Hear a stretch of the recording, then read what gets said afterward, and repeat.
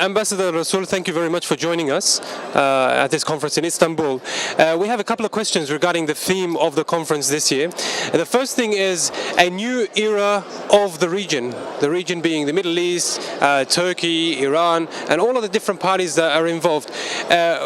What do you see a new vision or a new era needs to have?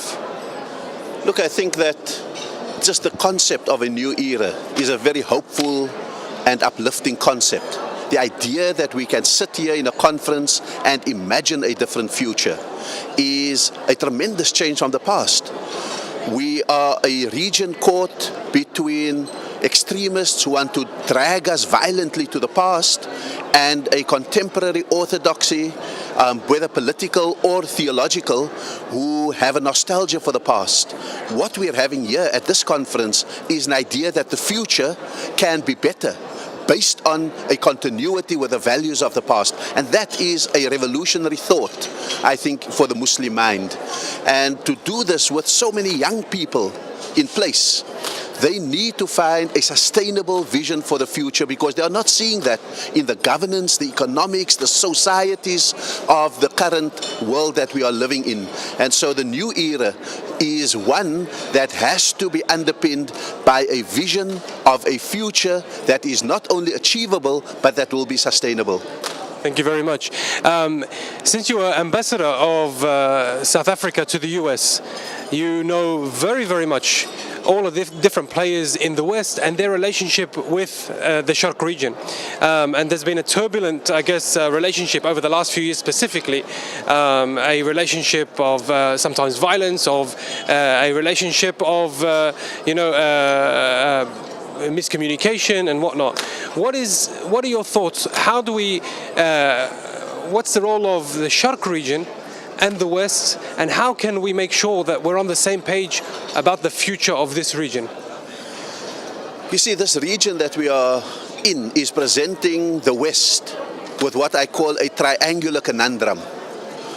There are millions and millions of ordinary Arabs, Middle Easterners, Muslims who are restless and who want a new future. But at the same time, the unsustainable, the dictatorships and the outdated monarchies and governments and governance models are resilient. They are holding on. And their major weapon is to warn the West against the undesirable, the extremists who are waiting for any vacuum to fill. So the West is conflicted. They understand that the current models are unsustainable, but they don't know how to make the move to a different model of thinking, a different model of governance and economic development, because they are so scared of the undesirable extremists who are waiting in the corners. What I think this part of the world has to do is to think about a model that is capable of bringing relief and inclusion for the restless people by managing the unsustainable, turning monarchies, absolute monarchies, into constitutional ones, turning exclusionary governance into inclusion, and turning elite economic development into popular economic development, and at the same time be hard in defeating the undesirable. There is no compromise with the undesirable. We've got to defeat them ideologically, theologically, and sometimes even militarily. And so, for me, it is in solving that triangular conundrum that we can open up this new era into the future. Thank you. What would you say your message would be to young people living in the West who have a very negative perception about the Sharq region? All they know of the Sharq region is what they see on all the news channels, ISIS and beheadings and all of this rubbish that we see in the media. What is your advice to young people in the West with regards to the region, and what is your advice to young people in the region when it comes to their opinions on the West? I think that young people need to resolve an ambiguity within themselves, a duality within themselves. They all imbibe the spirit of despair that took their parents out of this eastern region, the Sharq, and that have taken them to Europe and to America in search of a better life.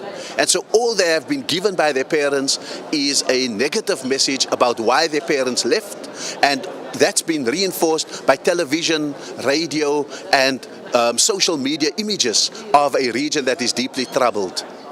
I think we saw for a moment, a fleeting moment, when the Arab Spring happened, that young people could identify again with a region and to say, if this Arab Spring sustains, we can see ourselves being back there, but then the counter-revolution has been vicious. And so we are back to the ambiguity. So what young people in the West particularly have to do is to understand how can you have a continuity of identity based on religion and geography and culture with where your parents came from, but lay down new roots where they have made their new homes and adopt a second identity to be a Muslim American of Arab descent, so that the yearnings that they have for change, they must understand it must be realized both where they are in the West as well as a down payment or a deposit on what they want to change in the East. And so that's the conundrum that we have to solve for young people, to release them from having to have a single identity, but to give them the freedom to have multiple identities, to give them the freedom to think beyond monoculturalism and even to some extent mono-ideological orientations, and to say that it's a supermarket. You must take the good from what you can take, and therefore resolve this kind of cultural identity crisis, this religious identity crisis, and to live Islam not only by its rules and regulations, those are very important for your worship, but to live Islam by the highest values and intents, the maqasid sharia, that can be applied wherever you are, so that Islam becomes a multiple plug that you can take out the right kind of device and plug it in, so that you have the same energy but different plugs to plug it in where you require it.